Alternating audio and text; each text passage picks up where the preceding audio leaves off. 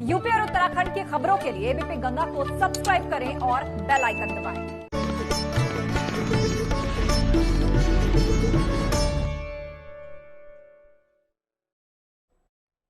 नमस्कार, स्वागत है आपका। उत्तराखंड प्राइम देख रहे हैं आप। मैं हूं आपके साथ आस्था कौशिक। मुख्यमंत्री त्रिवेंद्र सिंह रावत ने मुख्यमंत्री आवास से इलेक्ट्रिक बस का ट्रायल रन का फ्लैग ऑफ करके शुभारंभ कर दिया। इस मौके पर मुख्यमंत्री त्रिवेंद्र सिंह रावत ने कहा कि ये एक अच्छी शुरुआत है।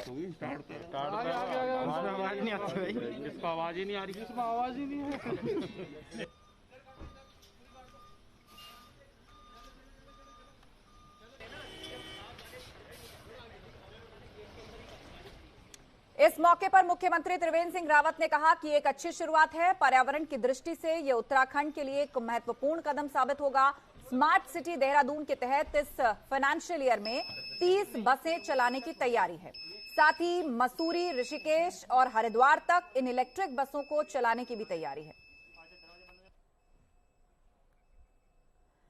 तो स्मार्ट सिटी देहरादून के तहत सीएम ने इलेक्ट्रिक बसों को हरी झंडी दिखाई। पर्यावरण बचाने के लिए, प्रदूषण ना फैले, इसके लिए इलेक्ट्रॉनिक व्हीकल्स बहुत जरूरी हैं। देश भर की यदि बात की जाए तो केंद्र सरकार की भी योजना है कि आने वाले सालों में इलेक्ट्रिक वाहनों की तादाद में इजाफा किया जाए और धीरे धीरे पेट्रोल और डीजल से चलने वाले वाहनों को बंद किया जाए।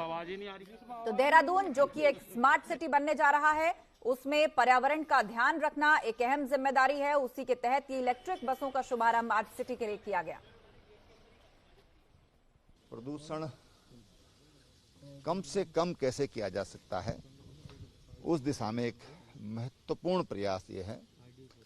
अभी देहरादून स्मार्ट सिटी के अंतर्गत 30 बसों की स्वीकृति हुई है। आज ये पहली बस आई है और कोशिश ये है कि इसी वित्तीय वर्ष में ये 30 बसें देहरादून में पहुंच जाएं।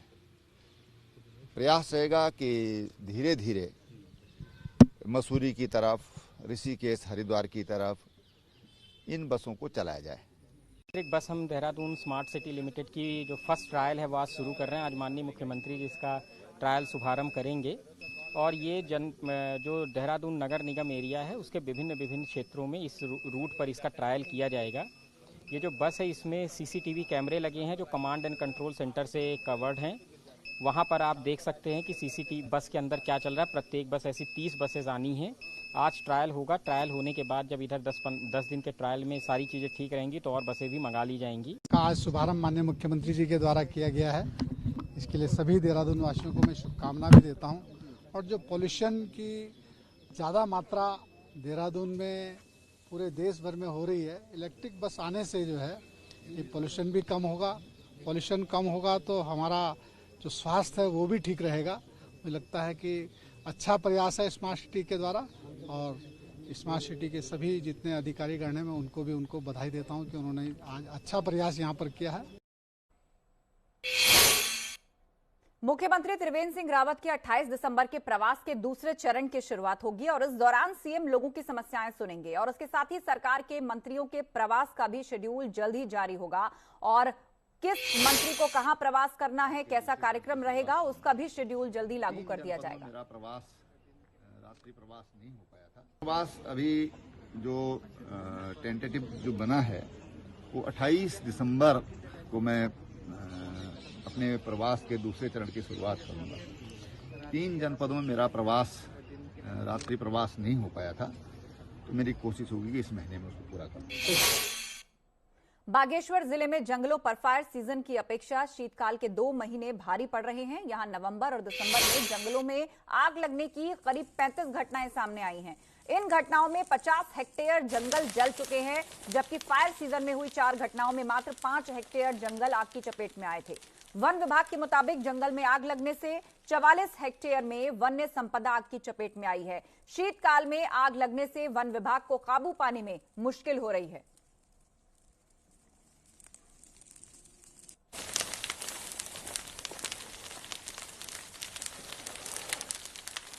तो 2 महीने में आग लगने की 30 से ज्यादा घटनाएं सामने आई हैं। हालांकि लॉकडाउन में महज 5 ही घटनाएं सामने आई थी, जबकि वो गर्मी का मौसम था और गर्मी में जंगलों में आग जल्दी लगती है और फैलती है। लेकिन उसके ठीक विपरीत देखिए ठंड दस्तक दे चुकी है। उसमें क्या हो रहा है, गर्मी के मुकाबले ज्यादा घटनाएं देखी जा रही हैं। 2 महीने के भीतर ही आग लगने की 35 घटनाएं सामने आई हैं और लगातार जंगलों में जो आग है ये फैलती जा रही है। हैरानी की बात यह कि गर्मियों के मुकाबले ज्यादा घटनाएं सर्दियों में देखने को मिल रही हैं। तो बागेश्वर की यह घटना जहां पर जंगलों में आग लगी हुई है और 1 महीने के भीतर यह 35वीं घटना है। उधर कर्णप्रयाग में अलकनंदा और पिंडर नदी के संगम पर लापता हुए युवक का अब तक कोई सुराग नहीं मिला है। गुरुग्राम का युवक पैर फिसलने से नदी में गिर गया था, जिसके बाद से इस युवक का कोई सुराग नहीं। घटना के 5वें दिन भी युवक की खोजबीन लगातार जारी है। गुरुग्राम का युवक जो यहां पर आया था, पैर फिसलने से इस नदी में जा गिरा और अभी तक उसका पता नहीं चल पाया है। शिवनंदी तक सर्च ऑपरेशन जारी है, लेकिन अब भी लापता है वो युवक। 5 दिन बीत चुके हैं पर अभी तक कोई सुराग नहीं मिला है कि वो कहां पर है, जिंदा है भी या नहीं। लगातार ऑपरेशन चलाया जा रहा है उसे ढूंढने के लिए, लेकिन 5 दिन बीत जाने के बावजूद भी उसका कुछ पता नहीं चल पाया है। वहीं उत्तराखंड विद्यालय शिक्षा सचिव और जिले के प्रभारी सचिव आर मीनाक्षी सुंदरम पौड़ी दौरे पर रहे। इस दौरान विद्यालय शिक्षा सचिव ने सरकारी स्कूलों में चल रही वर्चुअल कक्षाओं का जायजा लिया। शिक्षा सचिव ये देखने आए थे कि वर्चुअल क्लासेस में छात्रों के लिए कितनी मददगार दरअसल ये व्यवस्था साबित हो रही है।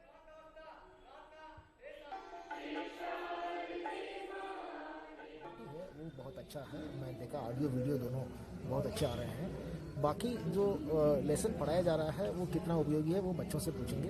वर्चुअल क्लासेस उन स्कूलों के लिए ज़्यादा उपयोगी है जहाँ टीचर नहीं है। उत्तराखंड में अनफॉर्चुनेटली कई सारे ऐसे स्कूल्स हैं जिसमें एक आध इम्पॉर्टेंट सब्जेक्ट के टीचर्स नहीं हैं, उनको कुछ इनपुट्स मिल जाता है। मोर ओवर इस प्लेटफॉर्म में 2 वे इंटरेक्शन भी संभव है। बच्चों को अगर डाउट भी पूछना हो तो भी कर सकते हैं। देहरादून में कोविड की वजह से बंद पड़ी ओपीडी को 7 महीने बाद 2 नवंबर से शुरू किया गया था। शुरुआत में कुछ ही विभागों में मरीजों को देखा जा रहा था, लेकिन अब सभी विभागों में ओपीडी सुचारू रूप से शुरू कर दी गई है। हालांकि कोविड संक्रमण को देखते हुए एक विभाग में 20 मरीज ही एक दिन में देखे जा रहे हैं। उत्तराखंड के डेडिकेटेड कोविड अस्पतालों में सभी विभागों की ओपीडी शुरू होने से सामान्य मरीजों के लिए बड़ी राहत है। हालांकि कोविड मरीजों के साथ साथ सामान्य मरीजों का इलाज एक ही अस्पताल में बड़ी चुनौती भी है।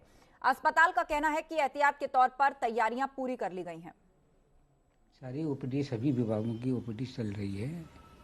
जितने भी विभाग हैं ओपीडी के सब विभाग चल रहे हैं एवं मरीज उस वाली बिल्डिंग में भर्ती होते हैं, पुरानी बिल्डिंग में। कोरोना के लिए मरीजों की संख्या के लिए 35 आईसीयू बेड लगाए गए हैं ताकि आईसीयू बेड की कमी ना हो और 333 बेड टोटल हमने तैयार रख रखे हैं, अगर ज़्यादा होता है तो।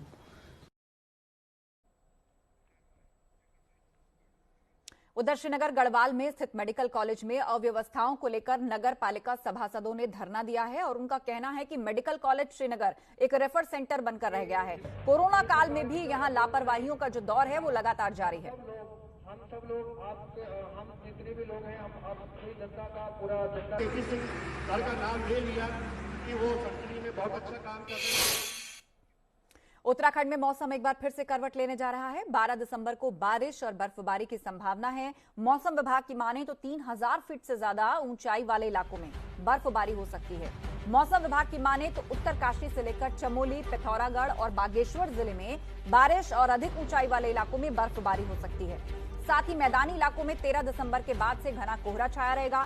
खास तौर पर हरिद्वार और ऊधम सिंह नगर जिले में सुबह के वक्त घना कोहरा छाया रह सकता है। तो 12 दिसंबर से मौसम फिर बदलने जा रहा है।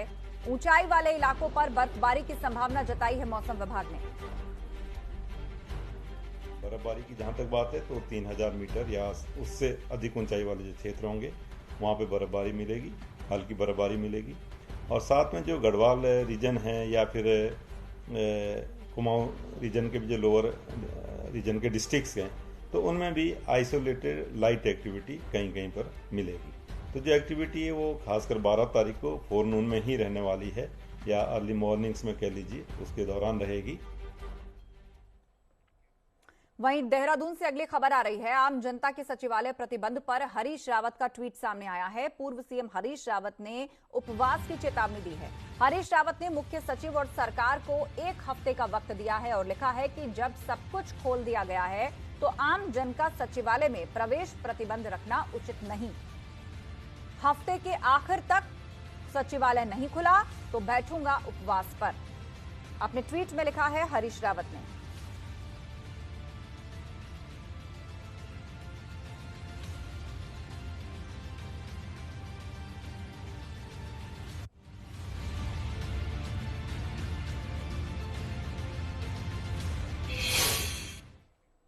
भाजपा अध्यक्ष जेपी नड्डा के काफिले पर हुए हमले की सीएम त्रिवेंद्र सिंह ने निंदा की है। सीएम ने ट्वीट करके लिखा है कि लोकतंत्र में ऐसी घटना के लिए कोई स्थान नहीं है और इस कायराना हरकत का जवाब बंगाल की जनता बखूबी देगी। आदरणीय नड्डा जी के काफिले पर हमले की उच्च स्तरीय जांच होनी चाहिए और दोषियों पर कड़ी से कड़ी कार्रवाई की जानी चाहिए।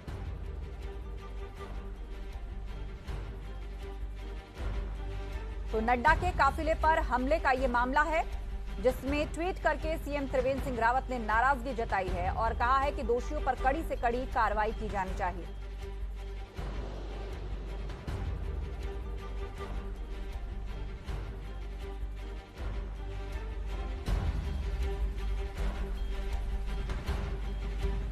आपको बता दें, पश्चिम बंगाल में भाजपा अध्यक्ष जेपी नड्डा अपने दौरे पर गए और वहां पर उनकी कार पर हमला किया गया था।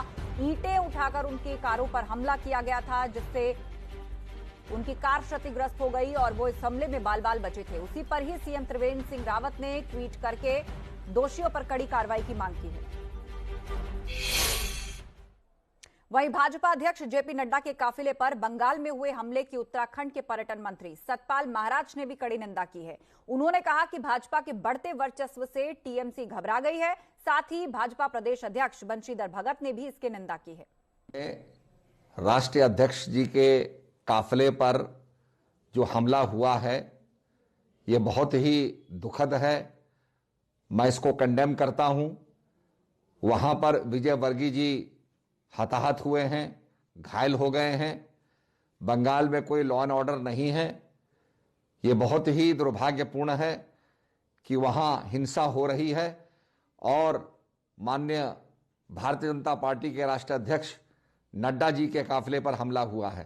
राजनीति का ये भद्दा चरित्र है। राजनीति में विरोध करो, विरोध करने के लिए करो, वास्तविक बातों का करो, लेकिन ये पत्थर मारना, बम मारना, हत्या कर देना, ये राजनीति का चित्र नहीं है। ये चरित्र दुष्टों का होता है, हत्यारों का होता है। ये जो राष्ट्रीय अध्यक्ष जी पे हमारे आक्रमण किया गया है, ये जानबूझकर किया गया है, क्योंकि ममता बनर्जी बौखला गई है। जिसमें 100% बंगाल में भारतीय जनता पार्टी की सरकार आनी है, इसलिए छटपटाहट में ये सब कर रहे हैं। वहीं उत्तराखंड में बेरोजगार युवाओं के लिए अच्छी खबर है। सरकार जल्द ही 2500 पदों पर भर्ती के लिए विज्ञापन जारी करने जा रही है। मुख्यमंत्री त्रिवेंद्र सिंह रावत ने सचिवालय में ऑनलाइन परीक्षा के प्रशिक्षण वीडियो का शुभारंभ किया और इस दौरान जानकारी दी गई कि अधीनस्थ सेवा चयन आयोग 2500 पदों पर जल्द भर्ती के विज्ञापन जारी करने जा रहा है। त्रिवेंद्र सरकार के 3.5 साल के भीतर 5700 पदों पर चयन की प्रक्रिया पूरी करी गई है।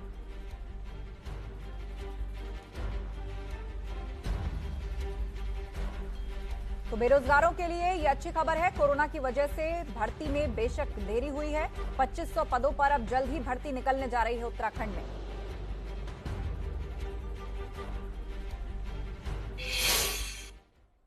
कई महीने के इंतजार के बाद आखिरकार रेखा आर्या के विभाग को निदेशक मिल गया है। साल के आखिर में आंगनबाड़ी वर्कर्स और आउटसोर्स के जरिए नौकरी कर रहे लोगों के लिए एक बड़ी राहत है।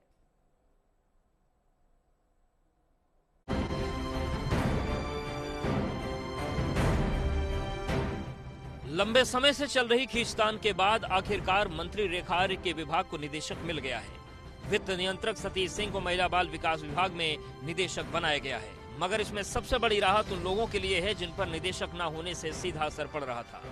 आपको बताते हैं कि नेता बनाम नौकरशाही में सबसे ज्यादा नुकसान किसका हो रहा था।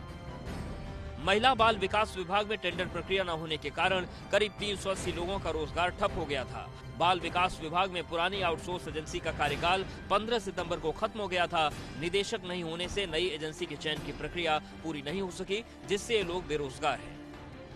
इस विवाद की वजह से आंगनबाड़ी वर्कर्स को कई महीने से मानदेय नहीं मिल रहा। वहीं महिला बाल विकास की तमाम योजनाएं मझधार में अटकी हुई हैं। जाहिर है रेखार्य के विभाग में निदेशक की तैनाती की वजह से अब इन लोगों के लिए साल का आखिरी महीना खुशियां लेकर आया है। महिला बाल विकास मंत्री रेखार्य का उनके ही विभाग के निदेशक वी षणमुगम के साथ विवाद हो गया था, जब वी षणमुगम ने रेखार्य का फोन नहीं उठाया और रेखार्य ने इसे लेकर दून पुलिस को एक पत्र भेजा था, जिसमें उन्होंने कहा था कि षणमुगम से उनका कोई संपर्क नहीं हो रहा है। इसके बाद तो विवाद बढ़ता ही चला गया और मामला नेता बनाम नौकरशाह हो गया। षणमुगम ने रेखार्य के साथ काम करने से मना कर दिया, तो वहीं कोई और अधिकारी उनके साथ काम करने को तैयार नहीं हुआ। नतीजा ये हुआ कि पिछले कई महीनों से रेखार्य का विभाग बगैर निदेशक के ही चल रहा था।